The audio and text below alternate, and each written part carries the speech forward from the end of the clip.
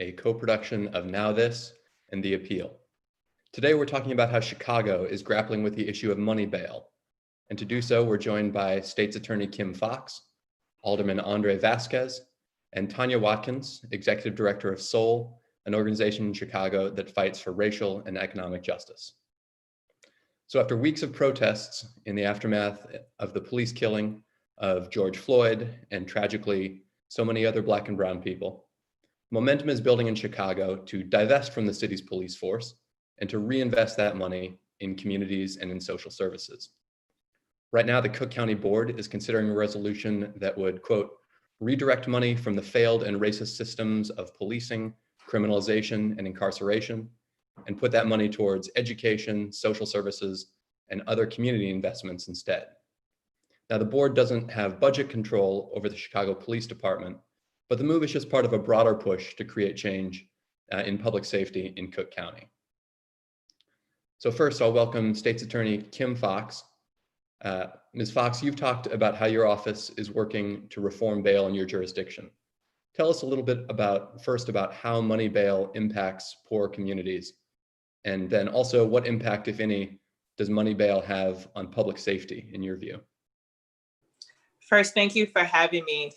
We've been grappling with the issue of bail in Cook County for a number of years. Prior to my taking office, I worked for the president of the county board. And back in 2013, Cook County Jail, the largest single-site jail in the country, had on average 11,000 people in the jail on a daily basis. And this was a jail that had been under a federal consent decree for decades because of overcrowding. Over the course of the last 6.5 years, we've been able to have meaningful bail reform enacted in Cook County that we've reduced the jail population from that high of 11,000 a day back in 2013 to where we got at our lowest point back in May of a little over 4,000. We've worked on this issue, again, before I even assumed office in 2016, because we knew that the issue of bail at the jail was an intersection of racism and poverty, that the overwhelming majority of people who were in our jail were Black and brown and poor.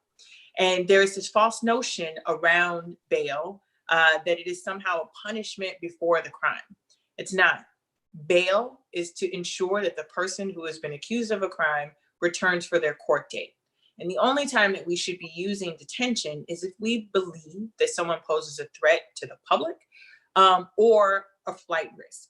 What we've had to do in the last couple of months as a result of COVID has even looked at that analysis. Are you a threat to the public? And in the interest of public health and public safety, should you be detained? The reason that this is a big issue is because what we've seen in the past, and still the narrative that is trying to be dictated today, is the use of money bail to incarcerate large swaths of people who don't pose a threat to public safety. The misperception about this is that dangerous people get these amounts and that's who's in our jail. And the reality is that's not true. I remind people all the time that Jason Van Dyke, the police officer who shot and killed Laquan McDonald 16 times, was out on $100,000 bond. He was able to make bail. And at the same time, we had people in our jail who were there for low-level, nonviolent offenses who couldn't afford as little as $300 to get out. And so this perception that bail money is what keeps us safe is absolutely false. The falsehood that people who can afford to buy themselves their freedom versus those who cannot makes us safer has largely been disputed. This is an issue of both race and economic justice because we find that people cannot afford to pay as little as $1,000, $2,000 to get out. And for me as a prosecutor, it matters because we know that outcomes differ for people who are held pretrial versus those who are allowed to live their lives outside of detention in anticipation of trial. We also know Cook County was known as the false confession capital of the United States. And part of that has been where people have confessed to crimes that they didn't commit, largely so that they can get out of jail. We had people who were sitting in jail longer for the time waiting trial than they would have done with a sentence.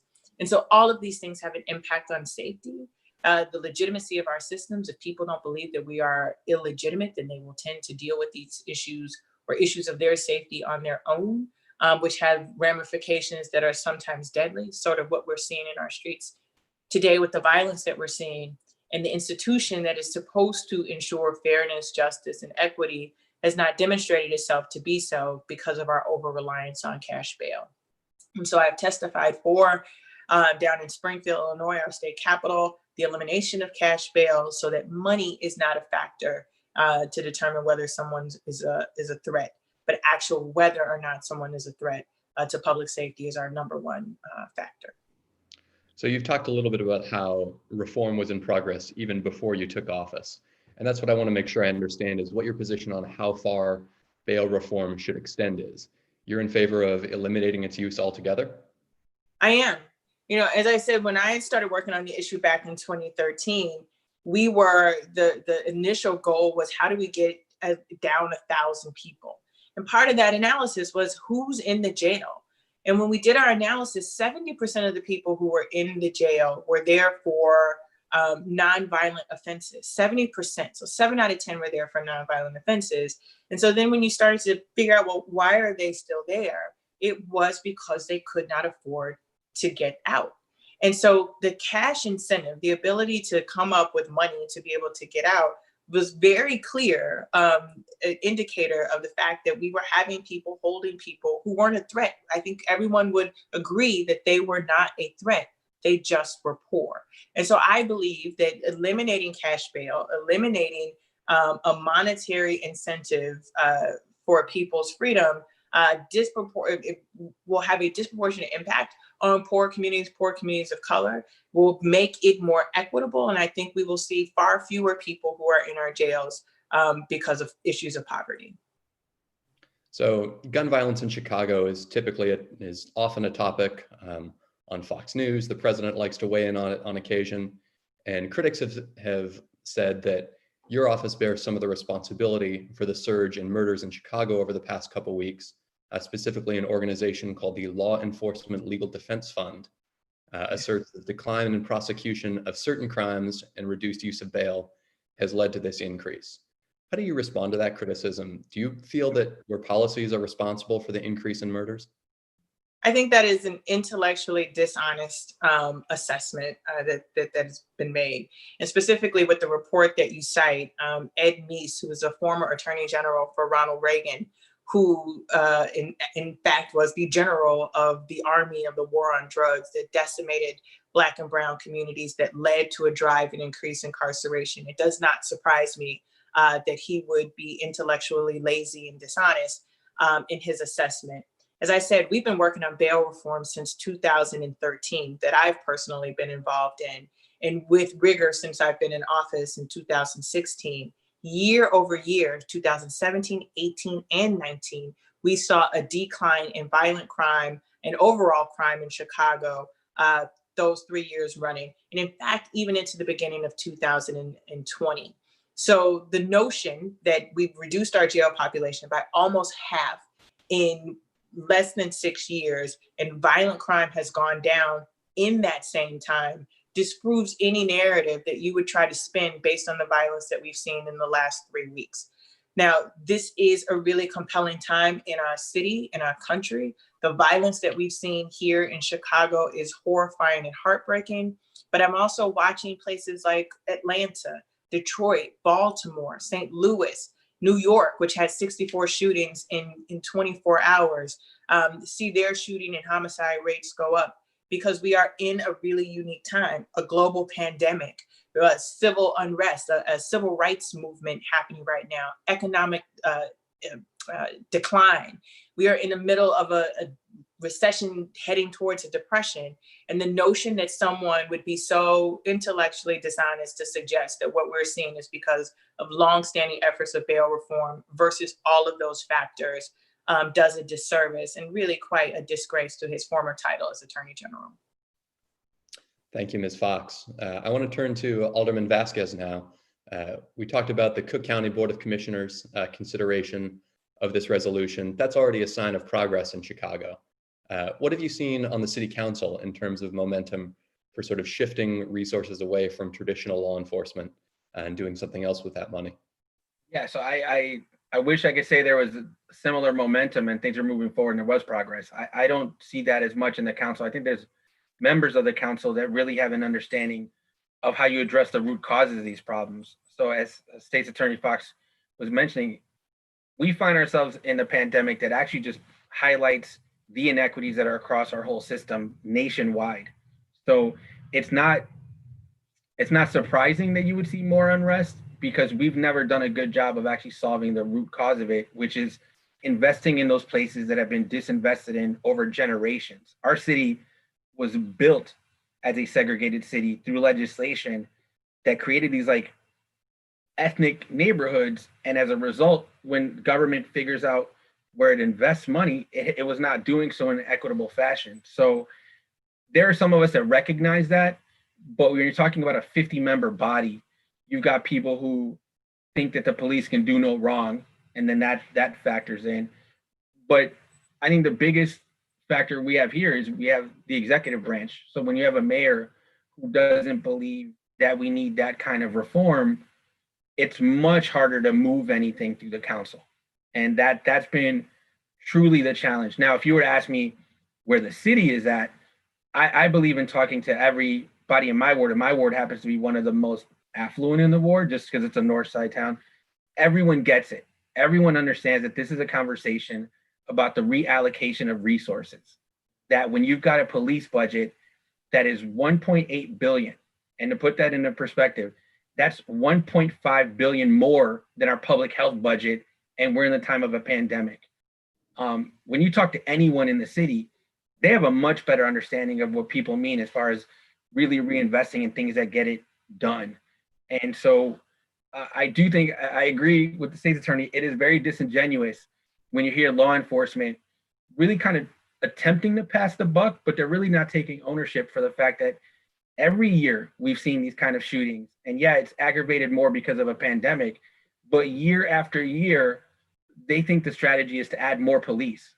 Like, hey, over, this past July 4th, they were, really putting out there that they're going to have 1,200 more officers on the street. The year before, they had 1,500 more officers on the street. None of those things have solved the problem because they don't address the root cause, and you can't police yourself out of inequity. So acknowledging that it doesn't sound like the Chicago City Council is on the verge of doing something like, for example, we recently saw leaders in Minneapolis do. What, in your view, is kind of the first step that you think the board would be amenable to, or what are you lobbying your colleagues to consider in terms of initial sets of reforms? Yeah, and I think when we look at I always look at situations that allow you to make that argument. So one is the school resource officers having police officers in our schools, right? That's a $33 million deal that we're looking and saying, we just had a hearing actually last week where we talked to CPS, Chicago Public Schools, and the police department and asked them specifically about this program. And simple questions: how many resource officers are there? What are they getting paid? How do you get training? How do you evaluate? For all these basic fundamental questions, we weren't really getting answers. And that's after the Inspector General had actually investigated them in 2018 and said, all of this is insufficient. We have recommendations. They didn't really listen to those recommendations. There was a follow-up investigation or inquiry by the Inspector General. Out of 8 recommendations, they only completed 1, which was, we think we can get you a list of the roster, but we don't know if we have a spreadsheet or digital. So in looking at really how you can't answer that for a program, to then ask the city to invest that $33 million into that program, when you're not taking it that seriously, that's the kind of argument I like to make, because it's not a theoretical one or ideological. It's like, no, let's look at how the money that you're saying is invested in a program has been effective or not.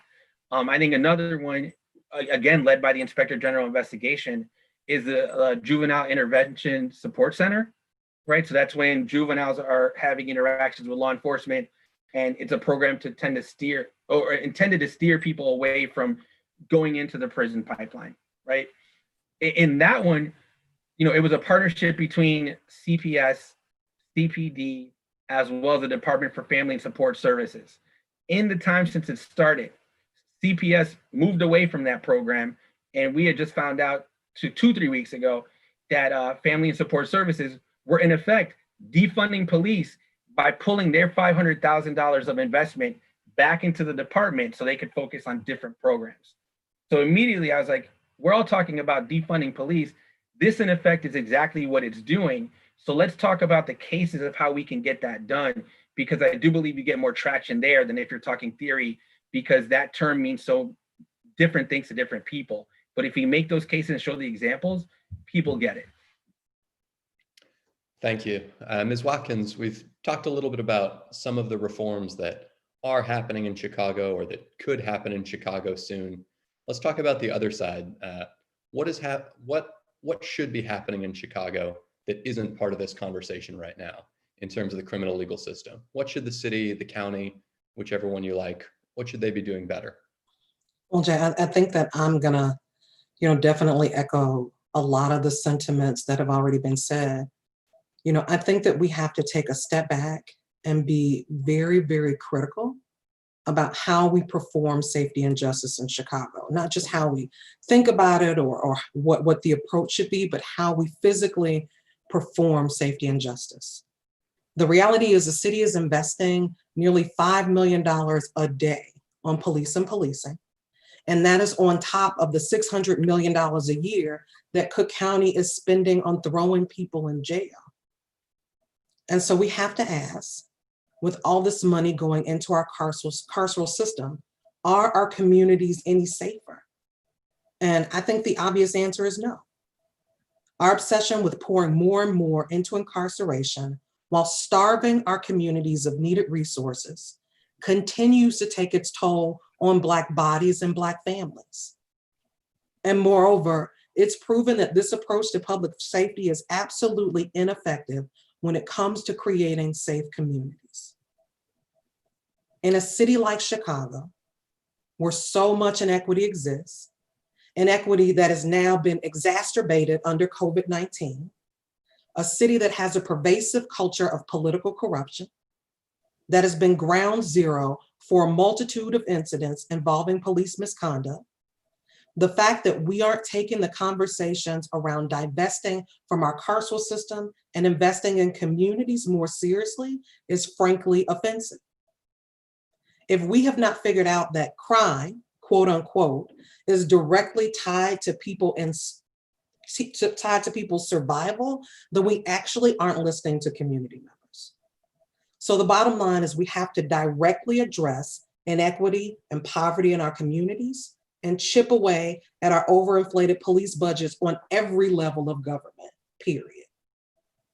So yeah, I want to ask about the people who are responsible for that. And you mentioned this earlier, how you're advocating for reforms for both the police department, which is within the city, and also the jail, which is part of Cook County. And they're operating in the same place, but they're legally separate entities. As an activist, how do you deal with sort of that split? How do you approach the sort of the broad concept of reform by making sure that the message gets through to those decision makers? So it takes a lot of work and it takes a lot of people, and multiple organizations really have to take up their wheelhouse, which part of government they're going to directly hold accountable. So we are always keeping pressure on the state's attorney's office and making sure that they keep their commitment to creating a fair and just criminal justice system. We're calling on the county board, asking them to invest in communities and not in more incarceration.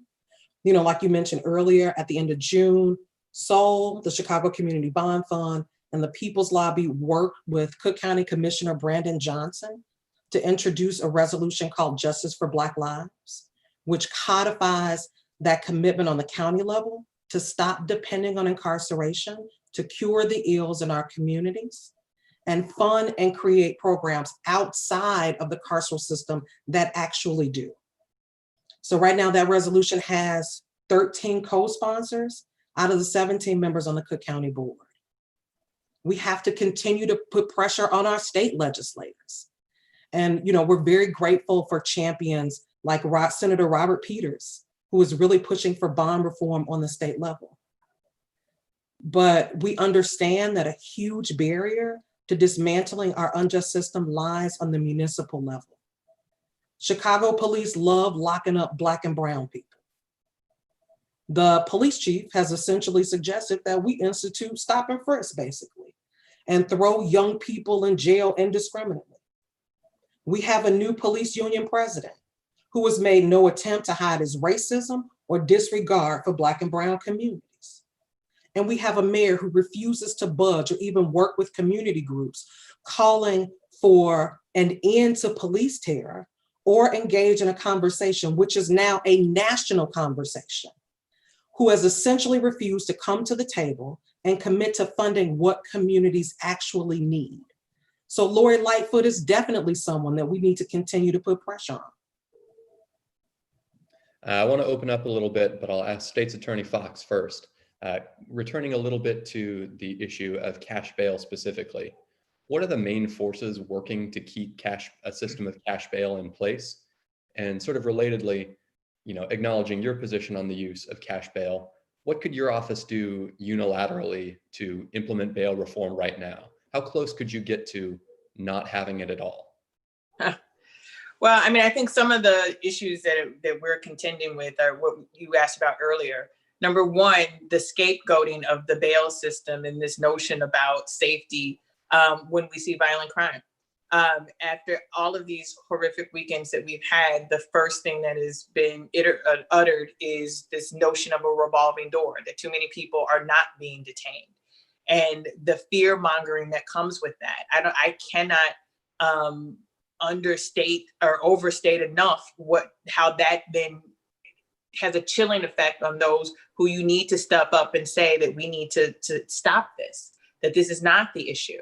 And so the people who've been invested are those who are invested with the status quo, who have been wedded to this notion that jails and incarceration make us safer. And it doesn't matter who's in there, that they're not able to discern, someone there for an offense that is not a threat to public safety from one who is, that the indiscriminate, let's lock everybody up, as Tanya mentioned, has real devastating effects to community. There is a real mindset that people have of these people are not worthy of freedom, even though jails are pre-trial. They are still carrying a presumption of innocence until they get to trial. And so, it's not one entity that is benefiting from this. Certainly, as we look at our jails, as the population shrinks, there certainly should be less investment in, sheriff's deputies. There should be less investment in food services and laundry services and the business that runs a jail, that as we work on these issues, certainly we can reallocate dollars to other things as we shrink the footprint there. And I think we can continue and should do that. Unilaterally, it is not up to the prosecutor's office to impose bail. Now, we take positions, but judges ultimately impose bail. And again, there's this chilling effect that we're seeing where, the scapegoating of if something happens, it's the judges, it's the system, which just it's so inherently dangerous, because judges are elected officials, right? And they're these nameless, faceless people that you don't know. People know Kim Foxx because, I have this one big office. But if you are then putting this type of pressure on a judge may be more reluctant to let someone go on a recognizance bond. A judge may be more reluctant to give someone a bond that they can afford because they are now fearful because of the rhetoric that is out there. And it is beyond infuriating for me that we have come to a national consensus of the need for justice reform. We've come to a national consensus around bail. And we've come to a national consensus about what the drivers of violence and crime are. You can't find me a single person who will tell you that when we look at where the most violence is happening in our neighborhoods, we have under-resourced schools, we have lack of access to healthcare, mental health care, jobs, everything that we know. We just have casually accepted that we have deprived these neighborhoods and we see violent crime, but the only solution is jailing. It's ridiculous. And so I think, unilaterally, I can't end cash bail. I can continue to instruct our folks to not object, to ask for recognizance bonds, and really use the power of my office as the largest prosecutor's office in the state, second largest in the country, to advocate in Springfield, take the discretion out of the hands of the judges, eliminate cash bail altogether, so that we're not playing this game every every week. Alderman Vasquez, we talked a little bit about Mayor Lori Lightfoot earlier. In the past, she has expressed her support for eliminating cash bail.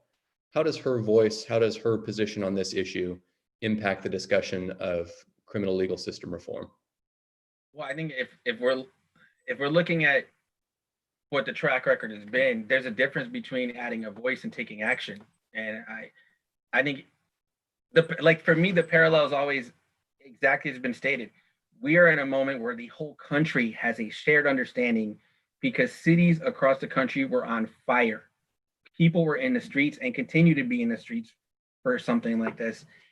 But yeah, we don't see that type of action coming from the executive branch. And the reason why I always call it the executive branch is because for me, it's not a personal thing. It's the person in the role making those decisions that has the ability to unilaterally do executive orders that can actually use her stature and impetus with the chairs of their committees to move these things forward. So it's not necessarily for me about putting a voice to it, because I think we've seen in our city, the mayor's got a pretty good communication strategy when it comes to getting messages out or telling people that they shouldn't be outdoors or anything else. That's there. So it's not necessarily about adding a voice. It's putting paper to pen or digitally now and make sure that there's laws in place and actually moving forward. And that we just haven't seen. So it's for me, it's not about a recommendation, a suggestion, or even urging. It's seeing what it actually is and making sure that the public out there understands why we haven't moved and why we're the largest city in the country to not have actually taken real action on this. So I could have a wish list of things, but we see that that's not occurring. And that's why we look at the people in the streets and try to work with them to continue to raise that up. Because my belief is that public pressure continues. If it is unrelenting, right, then you'll see the movement. Where I tend to be concerned and where I think people who don't agree with us find some relief is they think as you get into the colder months, you're not going to hear it as much. People won't be out there in the streets. Everyone will have other things. So the cynical part of me thinks that they're basically thinking they could run the clock. That, hey, we just, if we ride this out, we don't really have to do anything and we should be okay because there'll be another crisis and we can deflect. And that's just not, that is also disingenuous and it's not serving the public well. And we don't get elected to these jobs to do that. We get elected here to actually cause change. And I think the public needs to be very aware of that and not fall for like a meme or whatever else is going to take their eyes off the ball, so to speak. Ms. Watkins, I'll close with you as a community organizer. We've talked about the impact that cash bail has had on marginalized communities. If the city were to reform cash bail or eliminate cash bail, the city, the county, again, whichever entity would be responsible for that change, how would that help the impacted communities you work with going forward? How would that change the political climate and the culture in Chicago, in your view? So Jay, I kind of, I want to address that. I also, want to talk a little bit about the last question that you asked Alderman Vasquez. So there is no way to authentically and actively support bond reform while concurrently allowing the police department to pump more and more people into the system. Then constantly roll back those comments by allowing your colleagues to attack the reforms that have already happened. So that's one thing. Additionally, you cannot contribute to the inequity that exists in the city and be unwilling to make a substantive investment in its people. And then claim to have an analysis on whether bond reform is or isn't an issue. The problem is not bond reform. The problem is that we are approaching public safety, not only in a way that is violent and punitive, but ultimately ineffective. Bail is essentially ransom. It's an indicator that you are more or less worthy of release if you have money. And whether or not someone is poor should never be used as a caliber to justify their worth. Not only their worth, but their risk. There are people inside Cook County that have not gone to trial, and we say that those people have a right to be presumed innocent. In fact, right now during COVID-19, we have sentenced those people to a death sentence inside the jail. There is no way that can be considered justice. We have to be real. Right now, there is no way to socially distance in prison, and people inside CCJ are dying. Studies have shown that 1 in 6 cases of COVID-19 can be directly tied to that jail. So in the eyes of the public, these people are numbers, they are disposable. We don't see their humanity. We don't see the humanity in their families and their communities. So before we leave, I want to lift up the story of Cassandra Greer-Lee. She's a woman who's been in Cook County Jail nearly every day fighting for her husband, Nicholas Lee, who died from complications inside that jail from COVID-19. I want folks to hear her voice and understand that entire communities have been impacted by the crisis in the jail today and the crisis that's been happening inside the jail. And it's our responsibility to take bold action right now to fix these issues. I think that's a good place to leave it. I want to thank each of you for joining us for this conversation today. State's Attorney Kim Foxx, Alderman Andre Vasquez, Ms. Tanya Watkins. And to our viewers at home, please join us tomorrow for another discussion on the future of public safety in Chicago with State Senator Robert Peters and Alder Jeanette Taylor. Again, thanks to all of you, and